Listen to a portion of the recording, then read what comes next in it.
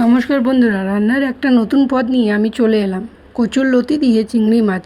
প্রথমেই কচুরলতিগুলোকে নুন দিয়ে একটু ভাপিয়ে নিতে হবে, আর এদিকে চিংড়ি মাছগুলো নুন হলুদ দিয়ে লাল করে ভেজে নিতে হবে।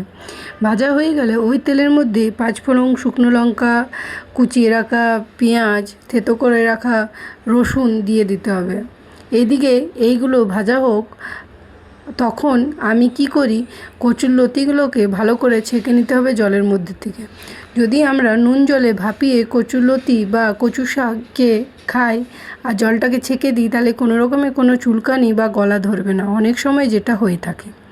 তো দেখুন, এদিকে মশলাটা ভাজা হয়ে গেলে আমরা ওটার মধ্যে একটা টমেটো দিয়ে দেবো আর গুঁড়ো মশলা দিয়ে দেবো। গুঁড়ো মশলার মধ্যে ধনে, জিরে, নুন, গরম মশলা দিয়ে দিতে হবে, শুকনো লঙ্কার গুঁড়ো, কাঁচা লঙ্কা বাটা দিয়ে কচুরলতিগুলোকে দিয়ে দিতে হবে। ভালো করে শুকনো করে ভেজে নিতে হবে। যখন ভাজা হয়ে যাবে তখন আমরা ভাজা চিংড়ি মাছগুলোকে ওটার মধ্যে দিয়ে দেবো।